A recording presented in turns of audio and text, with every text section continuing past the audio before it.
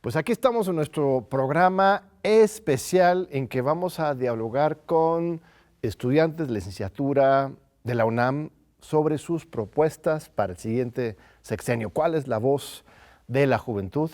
Y para esto hemos invitado a 6 destacadísimos alumnos y alumnas de la UNAM que participaron recientemente en el debate universitario en el INE, en el Instituto Nacional Electoral, y que prepararon sus intervenciones y sus ideas para interpelar y para proponer rumbo al siguiente sexenio. Y aquí en este primer bloque tenemos a 2 estudiantes muy destacados. Wendy Santos, bienvenida, de la Facultad de Economía, ¿correcto? Sí, es correcto. Muy bien, bienvenida. Gracias. Al contrario. Y Juan Arturo Cancino, él es de la Facultad de Ciencias Políticas, de la carrera de Administración Pública. Bienvenido, estimado Arturo. Muchas gracias, John, por invitarme a tu programa. Encantado de estar acá. Al contrario, ustedes pasaron todas las pruebas porque nos llegaron muchas solicitudes para participar en este debate y luego tuvieron que asistir a un taller de oratoria, de debate, de pensamiento crítico y finalmente elaborar sus posicionamientos y llegar al INE. ¿Cómo te sentiste, Wendy, ese día que estuviste dentro del INE, listo para dar tus posturas? Un poco nerviosa, la verdad. Me cuesta mucho hablar en público, entonces sí me puse un poco nerviosa, pero igual me sentí muy contenta de la oportunidad que se me brindó para expresar mi opinión a las candidatas, y al candidato para la presidencia. Si eres tímida, dices tú, ¿por qué te inscribiste en un debate? ¿Es tu primer debate en que has participado? Es mi primer debate. Pues me gusta mucho involucrarme en cuestiones políticas también del país y también me gusta mucho esto de debatir, entonces lo creí como una gran oportunidad. Pues qué bueno que te animaste y espero que sea la primera de muchas experiencias después. Sí, espero. Arturo, cuéntanos, ¿cómo te sentiste ahí llegando al INE? Bastante bien. De pronto ya cuando estaba iniciando el debate los nervios salen a flor de piel, pero nada, justo comparto la idea de que nos sentíamos con una responsabilidad como estudiantes de estar ahí y nada, agradecer los espacios y qué bueno que se hagan ese tipo de formatos y que ojalá se puedan repetir, ¿no? O sea, es muy importante escucharlos a ustedes porque nosotros los viejitos pues ya tendremos nuestras ideas y hay muchos prejuicios sobre la juventud. Yo he escuchado ya muchas veces, no, los jóvenes de hoy no les interesa, son unos pasivos, están todo el día en TikTok, ¿no? ¿Tú ves TikTok, Sí. Wendy? ¿Sí? ¿Y te atonta el TikTok? No, es ¿O que cómo lo has evitado? justamente, o sea, también hay mucha información ahí, o sea, ya es como un espacio en el que también algunos otros interesados en el tema dan sus puntos. No sé si ha escuchado de este chavo que estudia Derecho, Gerardo Verap, me parece. No. Se encarga de ser él pues informa a los más jóvenes sobre cuestiones políticas de lo que está pasando aquí en el país y también, por ejemplo, dio información ahorita de los debates las propuestas de las candidatas y el candidato, como que también es un espacio para que también nosotros los jóvenes nos informemos. ¿Y eso es todo en TikTok? Sí, en TikTok. O sea, TikTok no es pura moda y baile, hay debate e información política. Su espacio, vaya, a veces hasta con los hashtags que utilizan las plataformas, pues ya le llega a más población a la audiencia. Excelente. Sí. Arturo, ¿cómo te informas? ¿En cuál plataforma o qué medio? yo soy un poco más rústico, yo todavía utilizo Facebook. Muy bien. Sí, Esa es mi generación, sí, ¿no? Muy la bien. vieja escuela. Pero igual, también ya empiezan a aparecer los TikToks, igual justo el algoritmo, ¿no? O sea, ya te manda la información que te interesa y de alguna forma TikToks, Reels con contenido de política, de los temas que te interesan. ¿Y no leen el periódico? ¿No? ¿A veces? El periódico, o sea, sí, pero ya como más digital. Luego Claro. aparece El Financiero, El Economista, Milenio, o sea, estos tipos de periódicos. Sí, pero igual a veces la juventud casi ya no les llama la atención los periódicos y dicen, no, mejor TikTok, aunque siempre es bueno complementarse su información con otras plataformas o otros medios. ¿Y tú, Arturo? ¿Tú lees el periódico? Los checo por medio digital, Sí. ¿sabes? Pero en papel ni conocen, ¿verdad? ¿Alguna vez han agarrado? Sí. Tengo uno coleccionado, la muerte de un gran señor cubano que murió y pusieron el encabezado de la jornada. espectacular, pues lo compré y lo guardé, lo tengo ahí guardado. Pero normalmente sí lo sigo por el Facebook. ¿Cuáles, justamente. por ejemplo, cuáles medios? Es La Jornada, el Universal. El problema del Universal es que te hacen, cada que visitas, las cookies. Ahora El País, quieres visitar y te dejan leer un poquito y de ahí ya no. Suscribir. Habría que democratizar también los medios de Claro. comunicación para que la información de alguna manera real fuera Porque tienes que accesible. pagar suscripciones, ¿no? Para- Exactamente. Sí. Bueno, vamos al grano de sus propuestas. Estimadísima Wendy, ¿cuál fue tu interpelación, tu propuesta que hiciste a las candidatas? El candidato al debate fue antes de las elecciones. ¿Qué es lo que te apasiona y demandas, exiges? Bueno, yo propuse que además de, bueno, que el candidato, las candidatas y el candidato, si llegaran a ocupar la presidencia, me gustaría que fueran muy, de ética fuerte, también de moral, porque, bueno, yo me puse a investigar que en los países nórdicos, que son los que menos corruptos aparecen en el Instituto de Transparencia, son los menos corruptos porque igual sus gobernantes son transparentes, o sea, y tienen estas cuestiones de ética y de moral, pues ya en su población y también en el gobierno. También lo mismo que coincidimos mis compañeros y yo es que los ciudadanos también debemos de ser responsables de nuestros actos porque a veces no nos damos cuenta y cometemos actos corruptos o también sabemos que cometemos actos corruptos y pues también nosotros, pues si vamos a exigir algo también debemos de poner ese respeto, o sea, imponer eso, ¿no? Y también propuse que no me gustaría mucho que se crearan instituciones nuevas de transparencia para la corrupción, porque pues he demostrado que crea todavía más corrupción, más impunidad. Tampoco me parece que se privaticen estas instituciones, porque también se ha demostrado que pues no sirve, no funciona. Y sí me gustaría mucho que se analicen muy bien, o sea, estas propuestas que están llevando hacia cabo las candidatas y el candidato, pero pues que nos escuchen y que también analicen, porque a veces, como usted comenta, pues los más grandes piensan que no nos queremos involucrar o que no sabemos del tema, que somos fáciles de influenciar, pero la verdad es que no, o sea, sí somos muy críticos, o bueno, yo los que he conocido son muy críticos y sí se interesan por los temas, pero a veces no se les brindan espacios para expresar sus opiniones. Sí, a mí me consta que esta generación, cuando doy clases de licenciatura, me impactan de todo lo que saben y es justamente ese espíritu crítico. Combate la corrupción, entonces, es el gran tema que aportaste y las propuestas muy concretas que estás ofreciendo. Tú, Arturo, ¿cuál fue el tema central? El tema central es que los jóvenes puedan tomar puestos de dirección en todos los sectores de la sociedad. Entonces, los sectores son tres: el público, el privado y el social. Es decir, que los chicos puedan tomar puestos de dirección a temprana edad. ¿Para qué? Para que puedan modificar la estructura de las relaciones de poder que se manejan dentro de esa organización, dentro de la administración pública. Entonces, yo concibo como paulatinamente una transformación en que los jóvenes puedan tomar la dirección y de alguna manera modificar las estructuras de cada organización. ¿Y pensarías cuotas? O sea, cada empresa o oficina de gobierno, así como hay cuotas para mujeres y hombres, también debería haber una cuota de tener tal cantidad de posiciones de liderazgo para personas menos de 30, o ¿cómo imaginas concretamente? Específicamente sí, de hecho me parece que el gran paradigma es la administración pública, porque es la forma en la que el gobierno puede mostrar la forma de modificar la estructura gubernamental. Es lo más fácil, las secretarías, las entidades públicas, las paraestatales, porque es su alcance. Ahora, es más complicado el sector social, los sindicatos, porque son cuestiones particulares. Es un poco más complicado aún con el sector empresarial.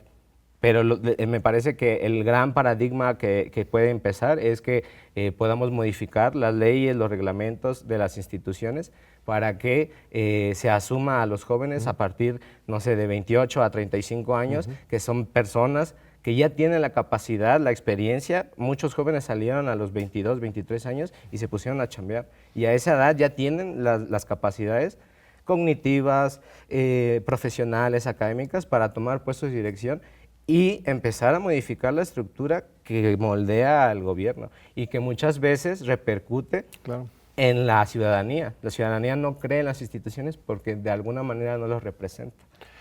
La otra acá, la moneda, es el tema de la jubilación. También habría que asegurar que la gente puede jubilarse, porque si no hay una jubilación digna, nadie se jubila, y entonces los grandes van acaparando espacios y no dejan abiertos a los chavos. Pero voy Claro, con Wendy, rápido. claro. La corrupción es principalmente una cuestión cultural, político, social, económico. ¿Dónde está la raíz de la corrupción? ¿Dónde está el problema? Pues bueno, igual y investigando me di cuenta que a veces también es cultural, o sea, es algo de nosotros que traemos ya arrastrando desde antes. Cuando, por ejemplo, apenas estuvimos platicando un poco sobre la revolución, o sea, nos hemos dado cuenta que también vienen estos intereses propios desde ese momento en el que dices, o sea, te disfrazas de que quieres algo colectivo, pero realmente buscas tus beneficios, no buscas el de los demás, no es como abierto hacia todos. Pero cultural querrá decir que los mexicanos somos por esencia no, corruptos, claro que no. ¿o a qué te refieres? ¿O más bien es que la solución es la educación? Sí, ¿o qué lo que dices? vamos viendo, o sea, desde que, por ejemplo, pues un niño no sabe que es corrupto, no puede ser corrupto, o sea, tú lo vas viendo desde de tu familia o desde personas que desde chico ves a personas de poder, o sea, no sé, profesores. Ves tú cuando te dicen, ay, el profesor, no, pues si me das uno de 200 o de 500, pasas la materia, ¿no? Y pues obviamente tú dices, pues, ay, o sea, como que solo te das cuenta de que haciendo estos actos puedes llegar a conseguir ciertas cosas. Entonces, es algo que también nosotros, pues a veces no nos damos cuenta y lo hacemos, pero también en el gobierno, o sea, se ha visto que aunque ha querido que México crezca como país, Claro.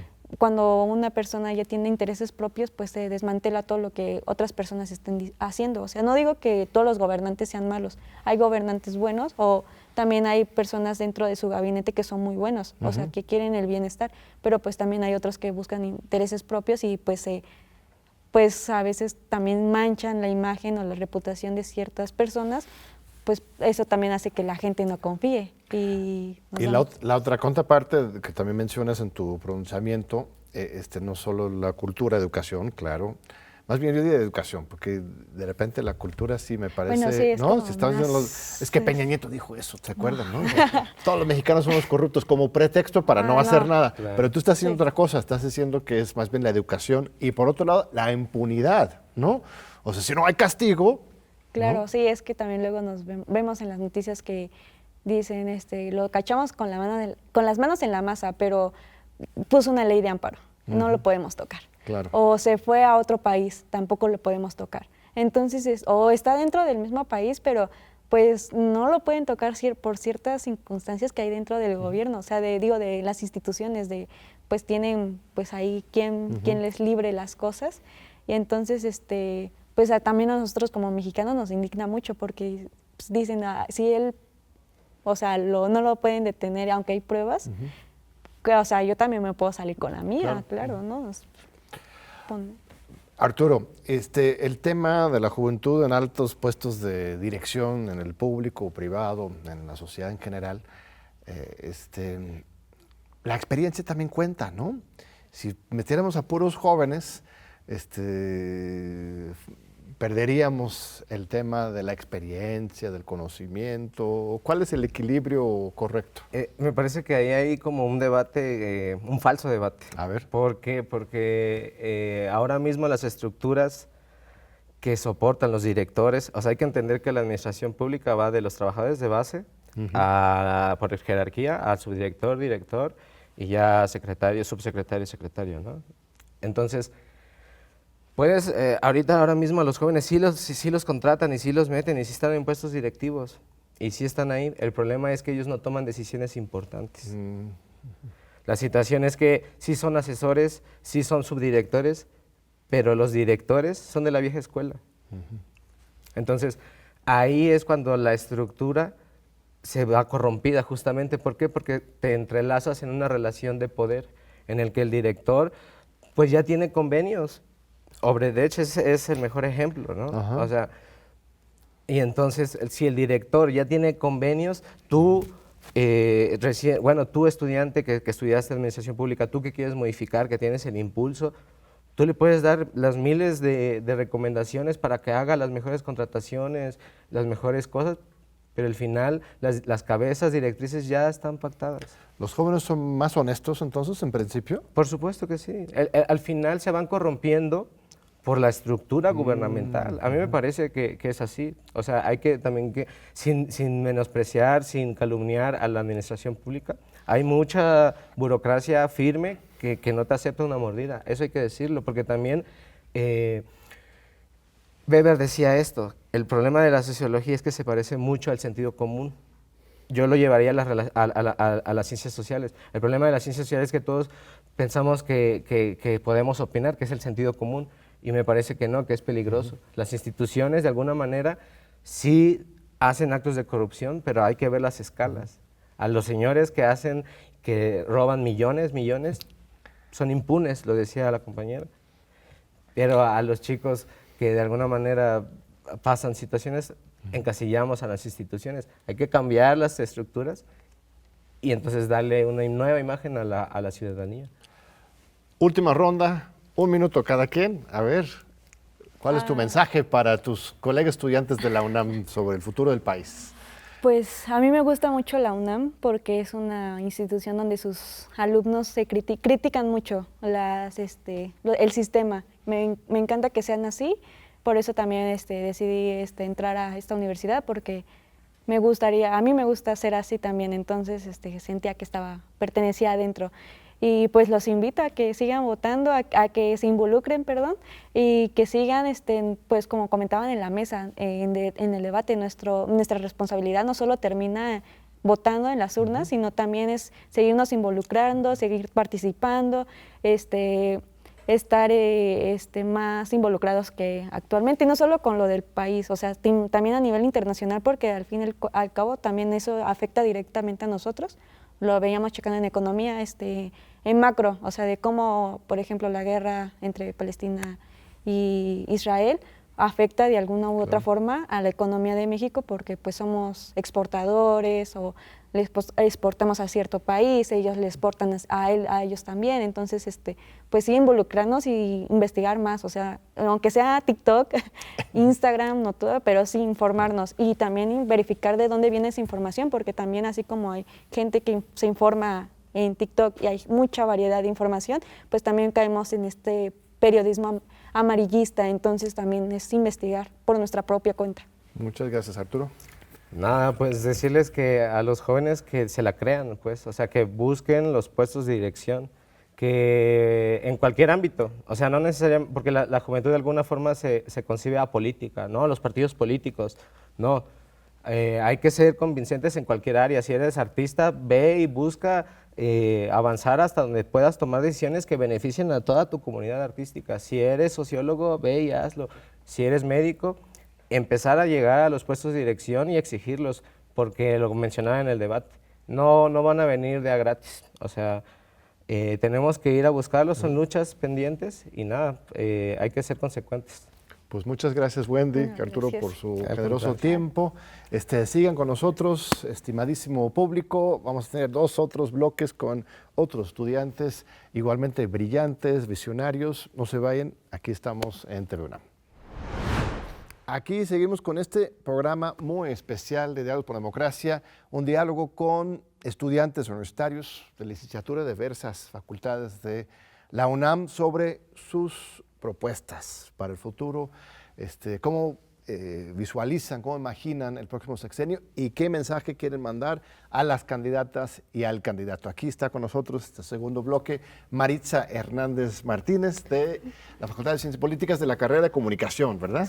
Hola, mucho gusto, estoy muy feliz de estar aquí. No, nosotros más contentos de recibirlos. Y aquí está Samuel Flores Rosales de la Facultad de Medicina, vas a ser médico. Sí, primero Dios, ahí vamos a estar.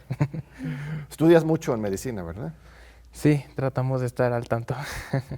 ¿Y en comunicación también, supongo? Sí, como que observar más a la sociedad y creo que es enfocarnos principalmente en eso, porque vivimos en el mundo cotidiano, en el transporte público y eso es lo que tenemos que observar principalmente.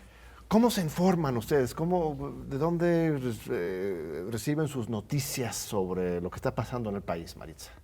Bueno, en mi caso es principalmente por redes sociales. Creo que es muchísimo más directo y más sencillo de que te llegue la información ahí, pero por supuesto que igual existe como esta brecha en la que no todo el mundo se puede informar por medio de redes sociales, ¿no? Por medio de Twitter, ahora X, Instagram. Entonces, siento que la forma más rápida y fluida de enterarte de algo es directamente por redes sociales. ¿Cuál es tu red favorita? ¿Qué usas más? La que uso así muchísimo, Instagram. Pero para informarme, Twitter. Eso es Ok. lo principal. Sí, pues hay una diferenciación, ¿no? Instagram más para los amigos, para distraerte un poquito, y Twitter es, ¿no? La noticia dura, ¿no? ¿Y tú, Samuel? Sí, yo me informo más igual por los noticieros, pero también trato de investigar un poco más acerca de los temas que se ven en la política, generalmente ya en páginas del gobierno o dependencias. Dices de los noticieros, o sea, ¿te sientas a ver la televisión en la noche, los noticieros? No, yo busco como tal las noticias ya un poco más específicas, porque pues en las televisoras suele ser un poquito más ambigua la información. Yo trato como que de investigar en ciertas redes, tanto de un noticiero como de otros periodistas, entonces sí. ¿Algún medio en particular que más utilizas para informarte? Utilizo más YouTube. YouTube. YouTube. Ujú. Ahí me informo más sobre, pues, hay más variedad ya de ¿Y los televisores. youtuberos o más bien programas de tele en YouTube? Más programas de tele en YouTube, sí. Ok. Trato de estar un poquito más como al margen de lo que está sucediendo hoy en día. Es que es increíble la cantidad de opciones que tienen. Yo recuerdo cuando tenía su edad, pues había varios periódicos, ¿no? Leía 3 o 4 al día para informarme, y luego el noticiero de la noche, ¿no? Escogías uno de otro y ya igual no estabas tan bien informado, pero era la opción. Y aquí es un mundo, ¿no? Tienes que meter a nadar y así como puedes informarte bien, te puedes informar mal, ¿no? O sea, tú estudias comunicación, Maritza. ¿Qué sugerencias o propuestas harías para las nuevas generaciones de cómo navegar en este mar? Yo principalmente sería cuestionar todo lo que se ve en redes sociales, no irse directamente con la primer fuente, sino cuestionar, investigar en distintos páginas de internet, si se puede, sobre todo en periódicos. Creo que actualmente ya no vemos tanto de que vamos a comprar el periódico físicamente, pero sí ser muy críticos de lo que se está hablando en redes sociales, sobre todo porque ahí no existe un límite, como una persona que nos diga de esto no se habla o algún tipo de censura, ahí es toda la información. Entonces sí, principalmente sería ser críticos con lo que leemos, con lo que observamos y con lo que vemos, sobre todo. ¿Y sientes, Samuel, que tus colegas de medicina están muy politizados o no tanto? Yo siento que en la Facultad de Medicina, al menos aquí en CEU, en la UNAM, hay mucho individualismo generalmente, más por la carga de trabajo que se está dando, por tanto la carrera y también en la vida privada, porque usualmente los temas de política no se tocan en la facultad, no se tocan en los grupos. Se toca más el panorama general de lo que es el ámbito de la salud pública y pues cómo influye en la sociedad, ¿no? Pero ya más allá de partidos políticos o ya de gobierno, de ya funcionarios públicos, no se llega a tocar porque es muy poca la información que se tiene. Pues qué bueno que respondiste a esta convocatoria a debatir en el INE desde Medicina y Comunicación. Vamos a los temas. Maritza, estoy leyendo y te escuché en el debate, una posición muy clara en protección de las infancias, en contra de la violencia de género. Cuéntanos, ¿por qué es tan importante este tema y qué propones para el futuro del país? Principalmente me enfoqué en este tema por varias noticias que han estado sonando desde que inició el año y desgraciadamente desde décadas, ¿no? En las cuales mi objetivo principal son las niñas, que son vulnerables, ¿no? Son un grupo vulnerable en el cual siento que realmente los partidos y en general la política no se están enfocando y que tal vez tienen que ejercer más protección hacia ellas y en este caso en casos de abuso sexual, que siento que ese ya sería como que el límite, ¿no?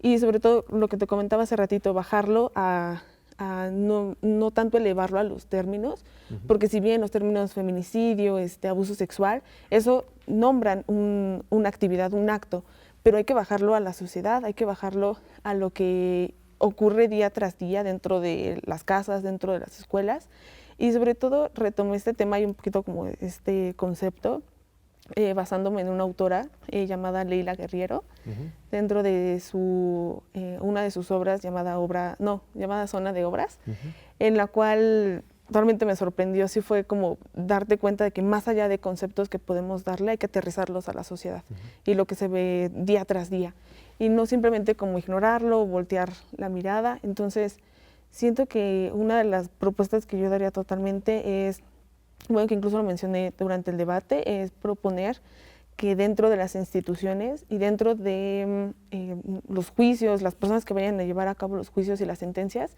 tengan conocimiento en materia de género, y dentro de las instituciones que tengan un plan, un protocolo para actuar, porque en muchísimas ocasiones las niñas tienen la confianza de acercarse a las maestras y las maestras no saben con quién dirigirse, qué es lo que pueden hacer, y sobre todo más si el agresor vive dentro de sus hogares, ¿no? Entonces, totalmente es alejar a la víctima del agresor y inmediatamente poner una restricción, que no tenga ningún tipo de contacto, y sobre todo porque estamos hablando de menores, estamos hablando de niñas.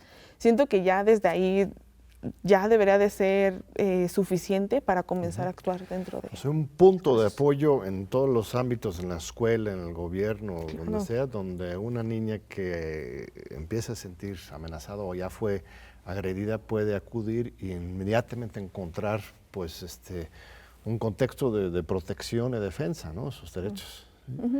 Perfectísimo. A ver, Samuel, ¿cuál es tu tema? ¿Qué expusiste en el debate?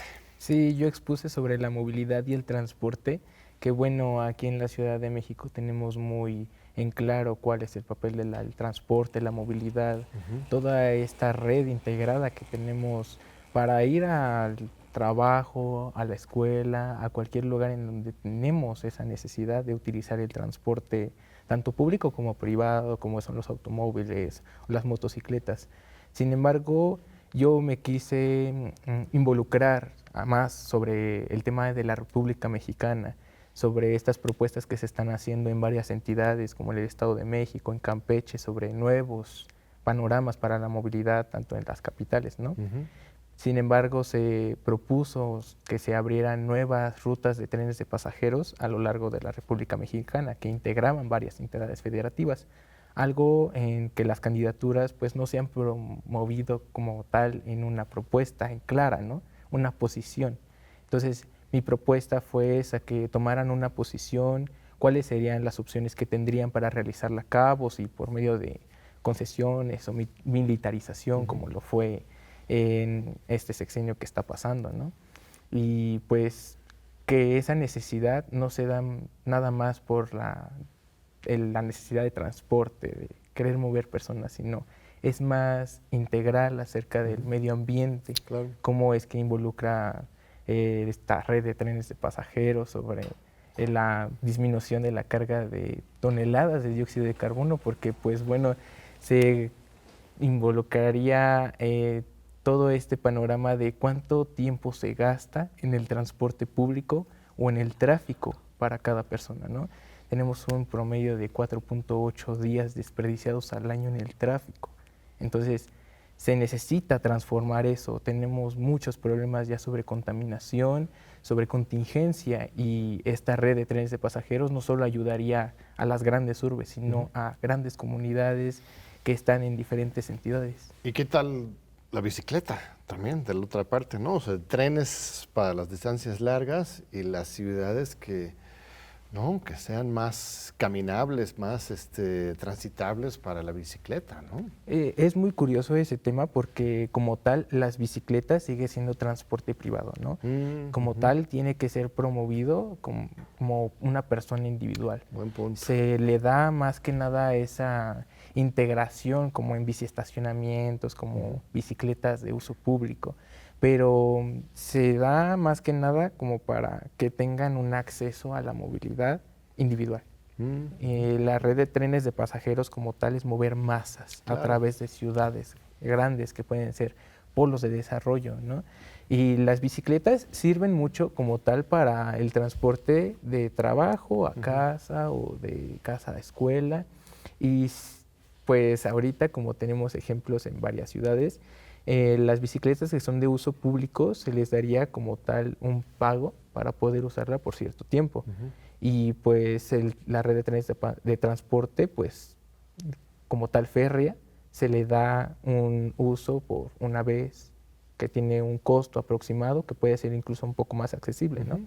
No, es muy buen punto lo que señalas, ¿no? Que está bien las bicis, pero al fin de cuentas es una solución personal cuando somos millones que necesitan esos servicios públicos. Excelente. Maritza, el problema del abuso infantil es generalizado en México, es un problema muy presente en todo el país, todos los sectores sociales. Lo que has estudiado sobre el tema, ¿qué es lo que has visto? Claro, sobre todo es que la violencia de género no discrimina, o sea, no es como que, sobre todo siento que las mujeres que son más vulnerables son las mujeres que se encuentran en zonas rurales, en donde realmente todavía sigue viviendo y enartece el machismo y el patriotismo. Entonces, por supuesto que si dentro de una comunidad en la cual ni siquiera tienen los recursos básicos y sobre todo se sigue con estas ideologías, por supuesto que puede existir un tipo de abuso y no creo que un abuso sea más o menos, o sea, todos deberían de ser aplicados de la misma forma y valorados de la misma manera, porque, repito, estamos hablando de niñas y siento que eso ya debería de ser suficiente. Entonces, siento que cualquier tipo de agresión, cualquier tipo de abuso que lleguen a sufrir las mujeres de cualquier edad no tiene justificación, por supuesto, y que no tienen, o sea, es generalizado este problema y es un problema que venimos arrastrando desde hace muchísimos años y es algo muy doloroso el escuchar noticias de que tal vez una mujer no regresó a su casa, ¿no? Una niña que salió al parque ya no regresó. Una niña que tal vez sufrió un abuso, una niña de 4 años que sufrió un abuso y que tal vez la mamá va a buscar ayuda y se refugia con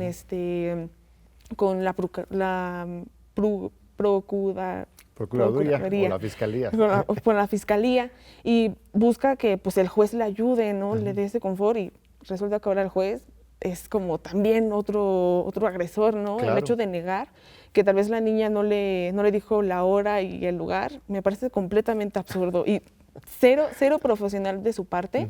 Y entonces, por supuesto que dentro de mis propuestas es de que estén capacitados para llevar a cabo estos dictámenes para que puedan determinar qué es lo que se puede llegar a hacer con los agresores. Sí, no, la cuadradez luego de los abogados. Tiempo, modo y lugar, ¿no? Si no lo ubicas ahí, no existe. Pues estás tratando de una cuestión mucho más sensible y deberíamos tener otras metodologías para tener justicia. Muy importante. Samuel, ¿tú sientes que las candidatas y el candidato están abordando a fondo este tema del medio ambiente, del transporte? ¿Qué es lo que has escuchado? Conforme a lo que me he informado, se trata de ver un panorama más general como tal en la sociedad mexicana. Pues como es un candidato, una candidata que va a un poder un poco más federal, que se involucraría ya más en programas, se ve como este rompimiento que se involucra con entidades, con ciudades, ¿no? Pero es importante que se tomen estos programas como algo que va a trascender, no solamente que se va a poner en la mesa o que se va a analizar, sino que tiene que trascender cuáles son las metas a futuro, cuáles son los beneficios, los riesgos de tener redes integradas en cada una de los estados. ¿Pero sientes que están hablando de eso, las candidatas y el candidato? O sea, ¿sí está en el centro del debate público? No, como tal, la movilidad, el transporte público no está siendo el centro. El medio ambiente como tal está más generalizado aún, como de que cuál es la necesidad de tener ciertas refinerías o cuál es la necesidad de tener que poner un paro a las actividades de ciertas industrias, ¿no? Entonces es más general. como tal en programas ya específicos que involucran el futuro, no se está tomando en cuenta propuestas reales. Eso es lo que se necesita, lo que necesitamos nosotros para poder entender cuál va a ser el papel que va a tomar ese funcionario que va a tener el gran poder de decir, bueno, a lo mejor en tu ciudad vas a tener una estación de ferrocarril que va a conectar con la capital, ¿no? Entonces, si no tenemos esa como tal propuesta física, no se habla del tema como debería de tomarse en cuenta. Nos están llamando a corte, 30 segundos cada uno para una última interpelación a las candidatas y al candidato. ¿Qué les quisieras decir, Maritza? Principalmente que se enfoquen, o sea, que dejen a un lado sus privilegios, que dejen al lado el hecho de que ellos llegan en auto o que pueden levantarse, no sé, temprano, cómodamente, sino que vean a la sociedad, vean a las personas a las que van a gobernar, vean a las niñas, a las mujeres, a los trabajadores, trabajadoras, que diariamente se levantan a las 4 de la mañana y pasan 2, 3 horas en el transporte y que pueden llegar a sufrir algún tipo de violencia dentro de esos espacios. Totalmente yo lo que les pediría es de que basta, o sea, déjense de palabras bonitas, no, o sea, tienen que enfocarse en las personas a las cuales van a gobernar por 6 años. Eso es principalmente lo que les digo. Excelente, gracias Maritza. Samuel. A mí me gustaría decirles que el papel que tienen, que están luchando en las elecciones, es muy importante para todos los mexicanos. Como tal, somos una sociedad muy plural. La sociedad mexicana necesita verdaderas propuestas, no necesita que se justifiquen sus actos, sin embargo, todo tiene que tener un cierto margen de la legalidad y tiene que haber coordinación, no solamente con las dependencias del Poder Federal, sino también con dependencias de los estados, que se quiten esos límites de entre partidos, de entre personas que nos afectan como tal intrínsecamente porque no hay apoyo que se da en las entidades. Entonces necesitamos que estos funcionarios, que estos políticos tomen en cuenta las acciones que se necesitan en la población, que las escuchen las poblaciones, que se tomen en cuenta cuáles son los problemas que se tienen actualmente, no que se van a ver en el pasado o en el futuro, sino los que necesitan propuestas para el presente, que van a transformar, claro, el futuro de la sociedad. Pues muchas gracias Samuel, gracias Maritza por este muy valioso tiempo, escuchar la voz de dos jóvenes brillantes universitarios. Un fuerte abrazo para ustedes y gracias a nuestro muy amable público por seguir con nosotros. Vamos a seguir para un tercer bloque, dos estudiantes más que van a interpelar nuestras conciencias y van a proponer un nuevo futuro para México. No se vayan. Pues continuamos ahora con un tercer bloque de diálogo con estudiantes brillantes aquí de la máxima casa de estudios. Está con nosotros Cristina Victorino Rivera. Cristina, bienvenida. Gracias. Muchas gracias por estar con nosotros. Eres de Sociología. Sí, de la Facultad de Ciencias Políticas y Sociales en cuarto semestre ya. Eso, excelente. Y Ángel Venegas Fabián, también de Ciencias Políticas, pero otra carrera de Ciencias Políticas. Ciencia Política y Administración Pública, doctor. Excelente. Muchas gracias por recibirnos esta tarde. No, al contrario, nosotros estamos súper honrados y estuvimos en el INE hace unas semanas. Ustedes respondieron a la convocatoria, acudieron con gran claridad. La verdad es que todos nos quedamos impresionados por el nivel, por la valentía y por la inteligencia de ustedes. Cristina, ¿cuál fue el tema que expusiste en ese debate y qué es lo que deberían hacer las candidatas y el candidato para resolver ese problema? Ok, bueno, yo expuse sobre que una de las principales demandas de las juventudes universitarias es que se garantice un acceso óptimo a los servicios de salud pública, porque, bueno, yo el año pasado fui diagnosticada con trastorno de ansiedad generalizada y entonces de primera mano sé que es muy difícil conseguir esa atención.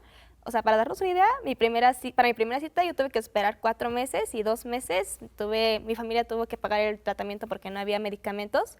Y checando datos, pues no soy la única, o sea, 2 de cada 10 personas con algún problema de salud mental en México no tienen acceso a los servicios de salud mental públicos y se prevé que el 30% de los mexicanos alguna vez llegarán a sufrir algún problema de salud mental. Entonces, y también en las filas escuché, ¿no?, que había varias personas que habían caído en crisis nerviosa por justamente este problema. Y cuando vi la convocatoria me dije, bueno, pues esto es algo que yo quiero que se cumpla, porque muchas de las propuestas sí hablan de esto, pero no hablan específicamente de la salud mental, que es el mayor problema, ¿no? O sea, creo que ahorita hay también desabasto de eso.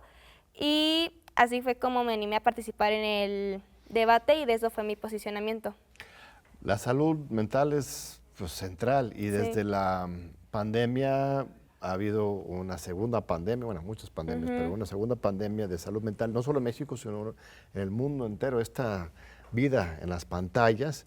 Y como dices, si cuando acudes ya, bueno, de por sí hay un estigma, ¿no? Reconocer que tienes un problema y luego acudes al médico o a un centro de salud y te hacen esperar 4 meses, si ya de por sí estás ansiosa, tienes un problema de ansiedad, esto te lo agrava, ¿verdad? Sí, es muy desesperante, o sea, no, de lo peor. Y pues yo creo que para resolver este problema, primero se debería garantizar un acceso y que sea público, que no haya ningún, o sea, que no se necesite pagar para nada, que los medicamentos lleguen a tiempo y pues que se le den buenas condiciones tanto a los pacientes como a quienes trabajan. Porque allí mismo en el debate había una compañera de medicina que nos comentaba las terribles condiciones en las que tienen a los internos, a las internas y a los doctores y todos los problemas que están en el sistema de salud. Y aparte que ya se rebasó, bueno, al menos al que yo atiendo ya está rebasadísimo. Para que tenga una cita en 4 meses, cuando ya estás así, pues hay que imaginarnos el problema. Entonces, eso sería una solución que yo creo que tendría que haber. Una nueva política pública general para todos, ¿no?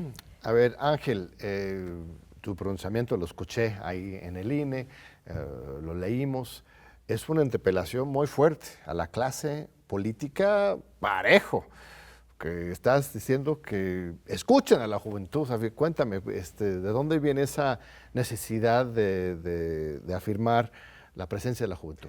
Pues no necesariamente de la juventud, ¿sabe? Somos millones en este país, millones de personas que nadie se ha oído. Todos se acercan con su político más cercano, su diputado local, su delegado, su alcalde, el presidente. ¿Quién es escuchado? ¿A quién le ayudan? A nadie. Yo voy a mi centro de salud a buscar medicamentos para problemas, el que venga, no hay medicamentos. ¿A quién me acerco para que me ayude? Voy a mi diputado, nada. Voy a mi delegado, nada. Voy a mi presidente municipal, nada. Y así, y así, y así. Entonces, no solo es la juventud, somos todos. Como dije, la nueva generación y la vieja guardia, a todos nos ignoran, porque viven en esta nube de desdén y desprecio hacia nosotros y de arrogancia, porque tienen un puesto, porque ganan más que el promedio. Un diputado local gana muchísimo más que lo que gana una persona al mes. Y hablamos de quincenalmente, o sea, es ridículo. Y esto los llega a transformar o realmente a mostrar quiénes realmente son. Entonces no somos oídos, somos ignorados completamente. Y esto nos deja en una situación, bueno, pues es impensable porque vivimos en una democracia, ¿no? Vivimos en un país, en una república en el que la élite política se debe a nosotros, pero en la práctica no es así. ¿Y qué hacer? ¿Qué hacer, Ángel? ¿Qué propuesta concreta tienes para que se cambie esta separación entre los políticos y la sociedad? Pues algo que he visto en mis estudios, hablando un poco más ya académicamente, es que he visto que muchos de los partidos políticos, por cómo existen, cómo funcionan, realmente están hechos para que los políticos se deban a ellos, ¿sabe? Y el sistema electoral también. Y entonces tenemos políticos que no se unen a un partido porque creen en sus ideales o creen en la gente que cree en el partido, se unen porque les da un hueso. Se unen porque les da un avance, porque les da un apoyo, porque los posiciona en un lugar de poder. Entonces, quizás sea algo ambicioso y no esté ni poder hacerlo, y quizá los políticos del poder claramente no tengan interés de hacerlo, pero quizá una reforma a los partidos, una reforma electoral, una nueva forma de ver el sistema partidista en México sea este cambio positivo que se necesite para impulsar a los políticos a ser dependientes de la sociedad y no la sociedad de ellos. Democratizar los partidos, Claro, quizás, ¿no? sí. Otras formas de elegir. Eso, por ejemplo, los plurinominales, yo siempre he pensado que yo estoy a favor de que existan, fíjate, porque ayuda a una mejor distribución de la representación, pero que nosotros debemos poder escoger de la lista de los plurinominales, ¿no? Cuáles nos gustan, cuáles no nos lo pongan en bloque, por ejemplo, ¿no? No, y hay muchísimas cosas más que se podrían hacer, eliminar las reelecciones, hacer que, por ejemplo, algo que a mí personalmente se me ocurre es que los políticos, en lugar de tener salarios tan altos, es que sus salarios sean proporcionales a la zona que representan, ¿no? ¿Por qué mi diputado local va a ganar mucho más que yo, ¿no? Cuando yo hago menos del salario mínimo? ¿Por qué no él hace lo equivalente a todas las personas que él representa? Eso podría ser un cambio, al menos positivo, ¿no? Para que los impulse a luchar por mejores salarios mínimos, ¿no? Muy bien. Cristina, cuéntame más de este problema tan importante de la salud mental. Una cosa es que una vez que ya tengas un problema, tengas una atención del otro lado, eficiente, rápida, humana, pero también está la prevención, ¿no? O sea, cómo evitar que estos problemas crezcan. ¿Qué podemos hacer como sociedad, como universidad? ¿Cómo visualizas la prevención de los problemas mentales? Bueno, pues en mi experiencia me he dado cuenta que es algo que viene desde hace mucho tiempo y que justamente atendiendo a los servicios de salud mental públicos pude haber tratado, pero, o sea, igual como paciente es muy desesperante estar de que te dicen 4 meses, pierdes toda la esperanza. Entonces, y más con la pandemia, o sea, era imposible ir por una cita al hospital cuando estaba atiborrado de COVID. Y pues creo que como, para empezar como sociedad, tendríamos que ir quitando los estigmas que existen sobre la salud mental, ¿no? Porque cuando yo fui como descubriendo que tal como yo me sentía no era normal, se me vinieron un montón de ideas a la cabeza que cuando me di cuenta y las enfrenté con la realidad eran más como pensamientos que tenemos entre todos, que lastiman cuando uno se entera que tiene esto. Y como universidad, pues también, o sea, acabar con los estigmas. Y pues la primera atención me la dio la UNAM. Durante esos 4 meses yo estuve atendiendo al servicio de la Facultad de Psicología, que igual está atiborrado y la atención es, bueno, a mi parecer, muy buena, pero muy corta justamente porque es un primer contacto. Okay.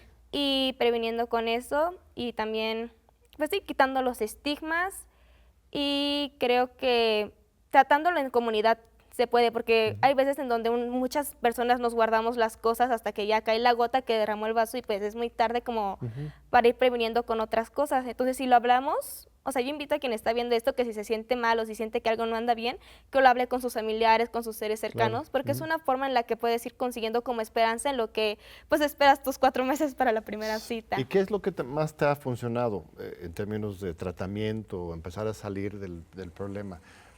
Medicamentos, terapias, apoyo familiar de los amigos, terapia grupal, o sea, ¿qué diferentes salidas has encontrado que más sirven para alguien que tenga este problemas? Pues, o sea, no es la primera vez que yo los padezco, entonces me ha ayudado mucho el deporte. En el pasado me ha ayudado demasiado el deporte. Creo que eso es algo que se debe fundamentar más, que se debe explorar más. Por ejemplo, donde yo vivo es muy difícil. Yo amo el taekwondo, yo practicaba taekwondo, pero no encuentro ahora dónde practicarlo. Los horarios que están en la universidad no quedan con los míos de escuela.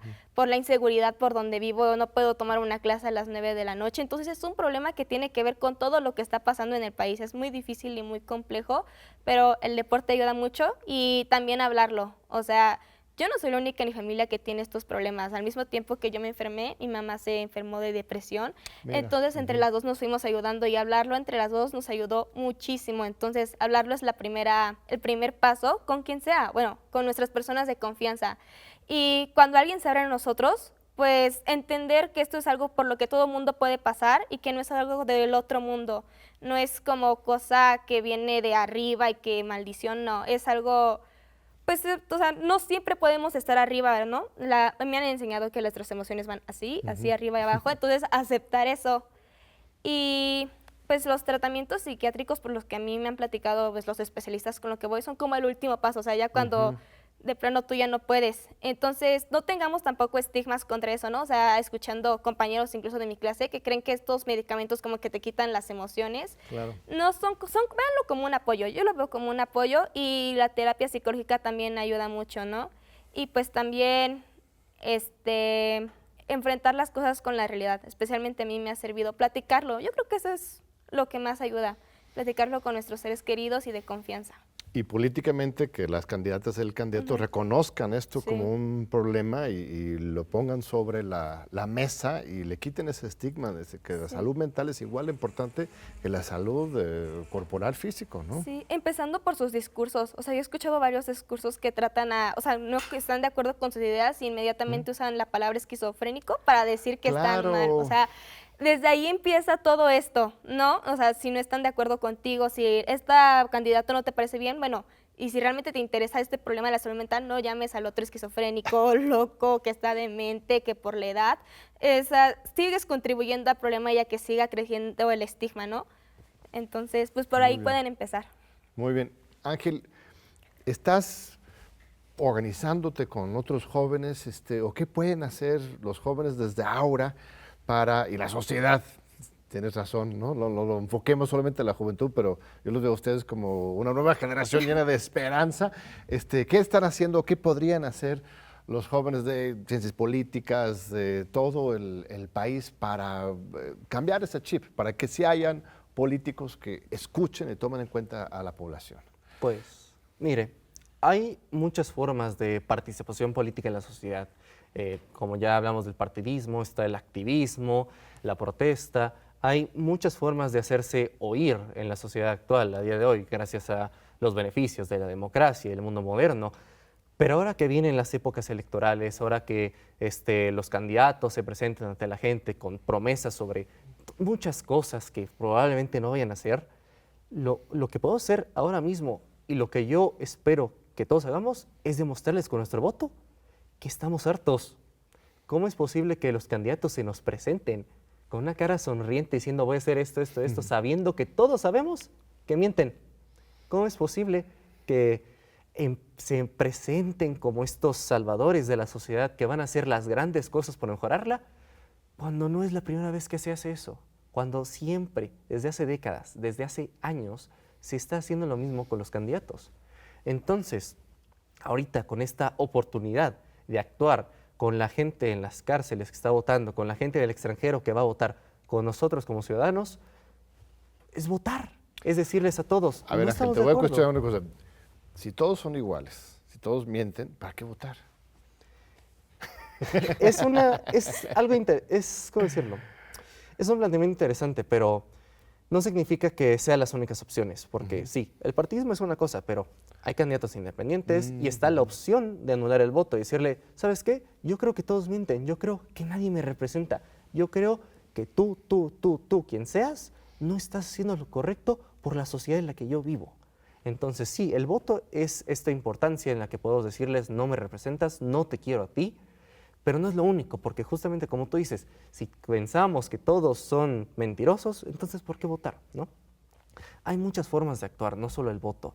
Justamente lo mencionaron en el día de la jornada de debate estudiantil. El voto no es lo único, hay muchas formas de participar.